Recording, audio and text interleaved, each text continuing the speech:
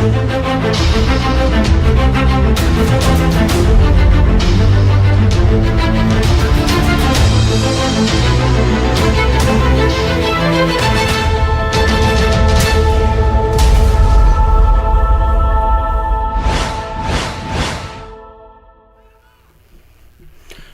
is going on, guys? It is Mad Mike. We are back here with Madman Motorsports and another How I Drive tutorial.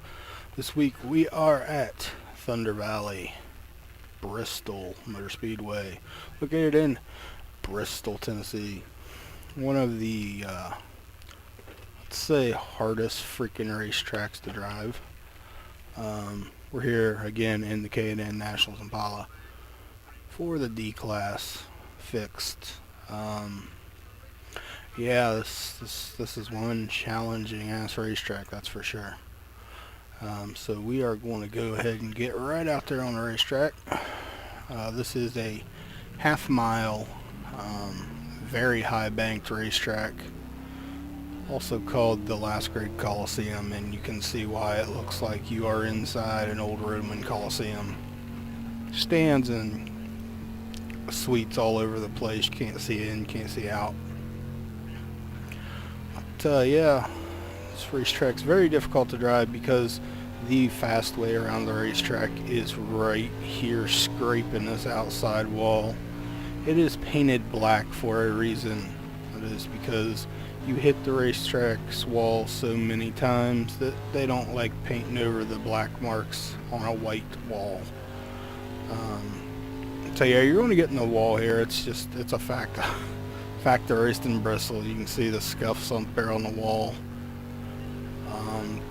But yeah, the setup is it's very tight for this fixed setup.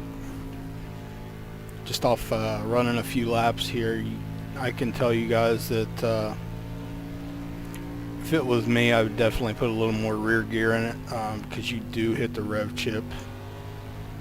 Going into the corner. Yeah, so basically the key to running Bristol here, like I said, is you got to be right here on this wall all the way around the racetrack. You're going to go into the corner. You're going to brake early.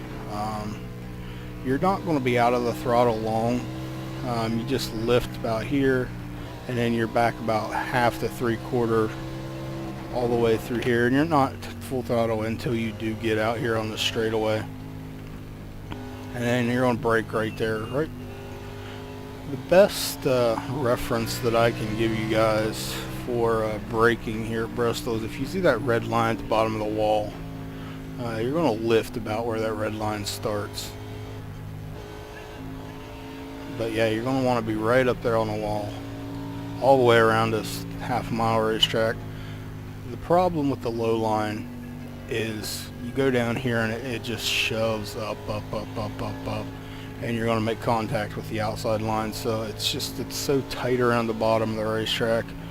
And with the new paving, I do believe they went to progressive banking, so there's more banking up on the wall than there is on the low line. So that's one of the reasons why it's so fast. Bristol used to be a great racetrack for really competitive, really good racing.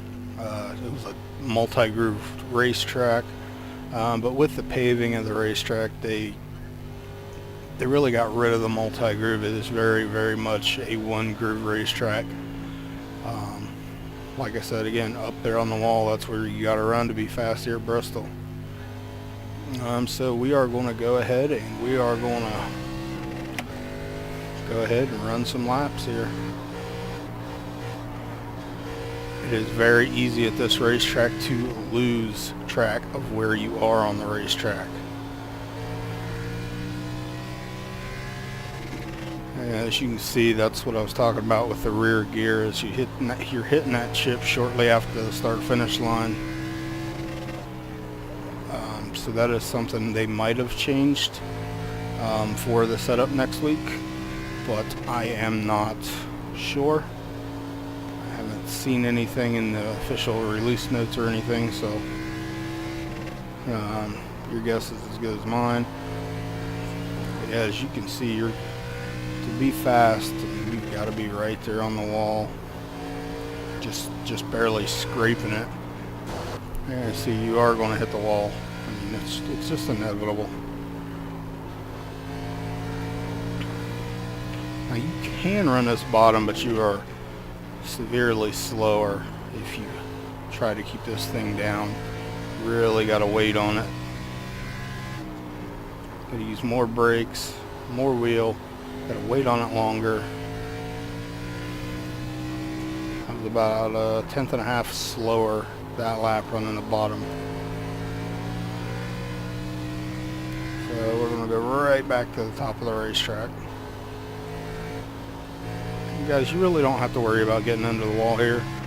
I'm sure you can see the nose is crinkled up there on the right front. But this is not an aero racetrack. You can run with no fenders on this racetrack and still be fast.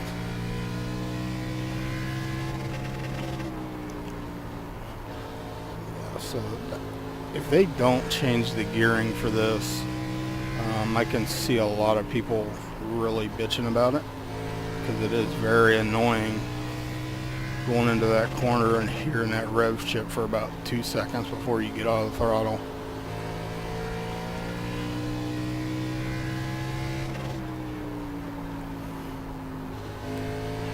I mean, guys, there's not much tricky about this racetrack. Just put in your laps, you know, get out there, turn some practice laps, especially if you've never been on the track. Practice keeping it on that wall. Practice your braking points. Really just let the car rotate before you get back onto the throttle. You can hear the throttle response. There's not much throttle through the corner because it can't handle it.